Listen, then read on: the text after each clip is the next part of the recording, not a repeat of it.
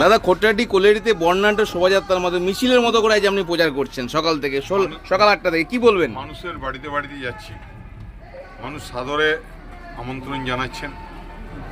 মসজিদে গিয়েছিলাম, মসজিদের বাচ্চা বাচ্চা ছেলেরা মেয়েরা তারা আমার জন্য উপরওয়ালার কাছে দোয়া করেছে, তারা আমাকে আপ্যায়িত করেছে। তারপর এই ভুঁইয়াপাড়ার কাছে যাচ্ছি, এখানে কোলিয়ারি সবাই দাঁড়িয়ে আছেন, হনুমান মন্দিরে পুজো করেছি।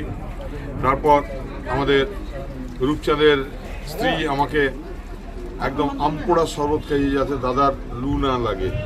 তো এই যে মানুষের ভালোবাসা, এই যে মানুষের আমন্ত্রণ, এই যে মানুষের পাশে থাকার বার্তা, সত্যি আমি কৃতজ্ঞ আমার এলাকার, আমার বিধানসভার মানুষদের কাছে। দেখুন কী করবো বলুন, মানুষ যদি আমার সঙ্গে বেরোয়, মানুষ যদি আমার সঙ্গে হাঁটে, আমার সঙ্গে পা মিলিয়ে চলে, তাহলে আমার কি করার আছে? তাদেরকে আমাকে সঙ্গে নিয়ে হাঁটতে হবে। 5 বছর মানুষের সঙ্গে ছিলাম, আমার সময়ে আমার এখন প্রয়োজন, মানুষ আমার সঙ্গে থাকবে না এটা হতে পারে?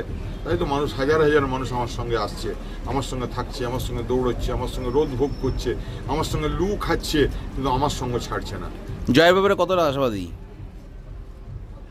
মানুষের এই যে ডোর টু ডোর ক্যাম্পেইন মিছিলে পরিণত হচ্ছে, নমিনেশন দিতে গেলে হাজার হাজার মানুষ সঙ্গ নিচ্ছে, দিদির মিটিংয়ে উপচে পড়া ভিড়, এটাই কি প্রমাণ করে না যে আগামী দিন তৃণমূলের?